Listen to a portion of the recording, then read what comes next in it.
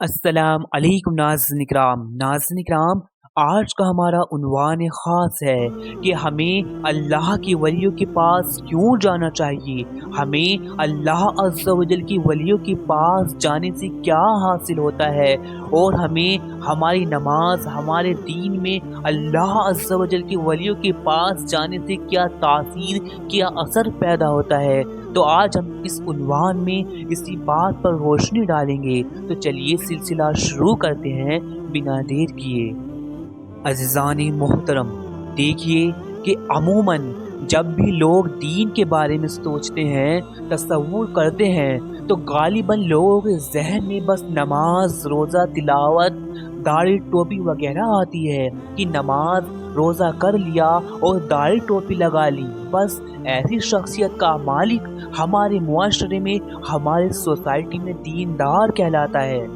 देखिए नाज़रीन इकराम, मैं नमाज रोज़ा टोपी की नफ़ी नहीं कर रहा हूँ, ना ही फजीलत घटा रहा हूँ। बेशक नमाज रोज़ा फ़र्ज़ है, लेकिन सिर्फ़ और सिर्फ फ़कत नमाज रोज़ा करना ही दीन नहीं है। देखिए नाज़रीन इकराम, जिस तरह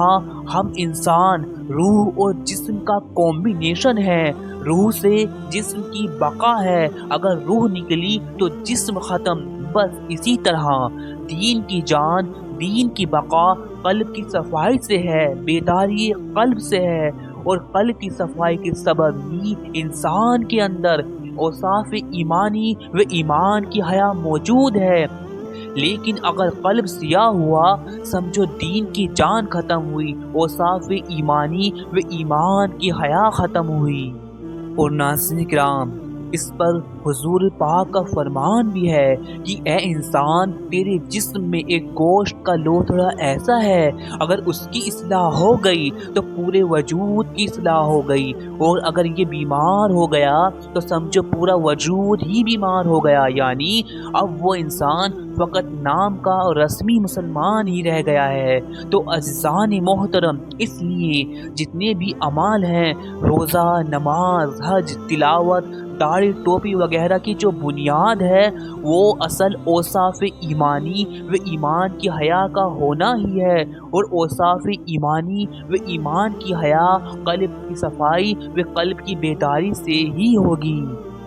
ज़ानी मोहतरम, वरना आप मुझे बताएं, 70-70 साल हो जाते हैं इंसान को रोज़ा नमाज करते हुए, कोई 10 बार हज कर लेता है, लेकिन फिर भी बुग़्ज़ व हसद हमारे अंदर है, चुगली गीबत हमारे अंदर है, धोखाधड़ी चालबाजी मक्कारी हमारे अंदर है,